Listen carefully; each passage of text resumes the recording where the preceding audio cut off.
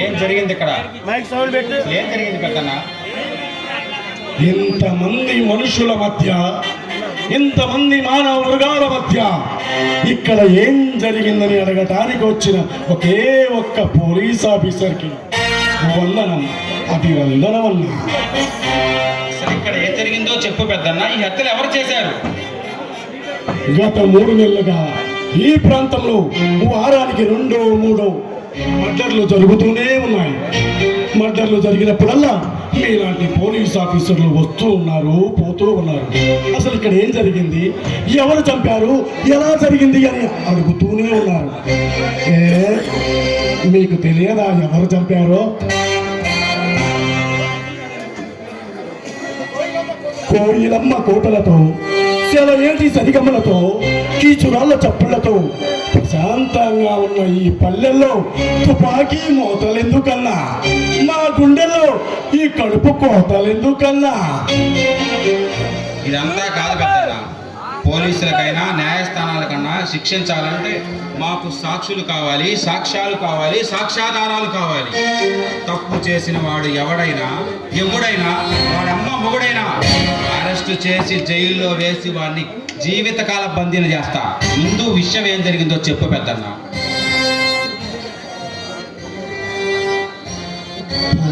సాక్ష్యాలు, సాక్ష్యాధారాలు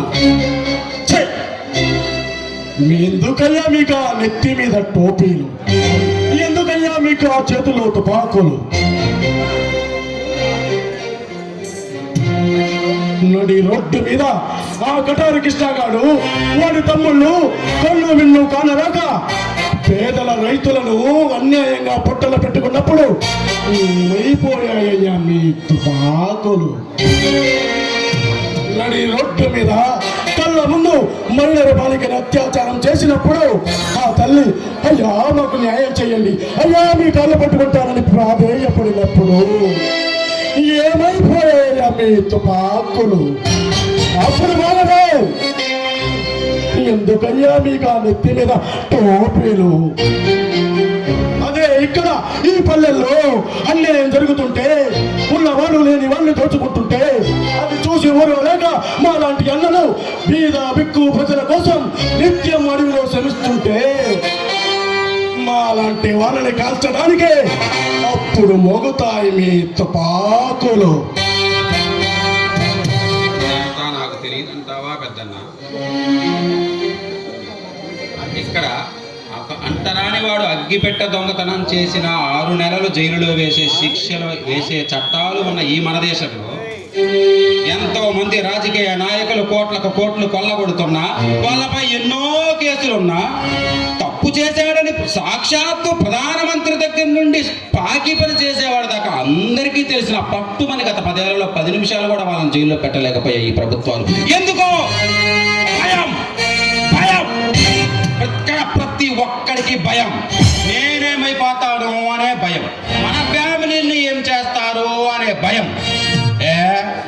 ఊరికే అందరు పోలీసులు అంటారు, పోలీసులు ఏం పనికిరారా, వేస్ట్ ఫెలోస్ అంటారు. నీకు బాధ్యత లేదా? నీకు నైతిక బాధ్యత లేదా? ఒక పోలీసు తప్పు చేస్తే మొత్తం పోలీస్ వ్యవస్థనే అబ్బే పోలీసులకి ఏమీ రాదంటారు. ఒక నైతిక బాధ్యత నీకంటూ ఉందా పెద్దన్నా అని అడుగుతున్నా నేను. నువ్వు నైతికంగా నడుచుకో ఫస్ట్. మొత్తం భారతదేశం రామాయణం చదివింది. అదే లంకలో, శ్రీలంకలో సగమే చదివారు. అదే సగం చదివిన లంకేయులు ఎవరిని దేవుడుగా కొలుస్తారా అంటే రావణుణ్ణి.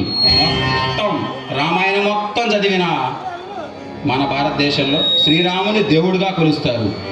సో నేను చెప్పేది ఏంటంటే పెద్దన్న, మొత్తం తెలుసుకుంటే నీకు అన్ని నిజాలు అర్థమవుతాయి. నన్ను నమ్ము. ఆ కటారి కృష్ణ గారిని, ఆ ఆంటోనీ గారిని, వాడు అనుకున్న గ్యాంగ్ మొత్తాన్ని తీసుకొచ్చి జైల్లో పడేస్తా. నువ్వు సాక్ష్యం చెప్పు పెద్దన్న. ఓకే, నువ్వు చెప్పేది వింటుంటే ఈ పేద ప్రజలకు న్యాయం చేస్తావనే నమ్మకం కలుగుతుంది. నీ మాట విని నువ్వు ఎక్కడ సంతకం పెట్టమంటే అక్కడ పెడతాను. నేను స్టేషన్కి వచ్చి సాక్ష్యం చెప్తాను. నీ మీద ఆ నమ్మకం ఉంది. Thank you Peddanna, thank you. ఇక వాళ్ళ పడతా చూడు. ఓకే.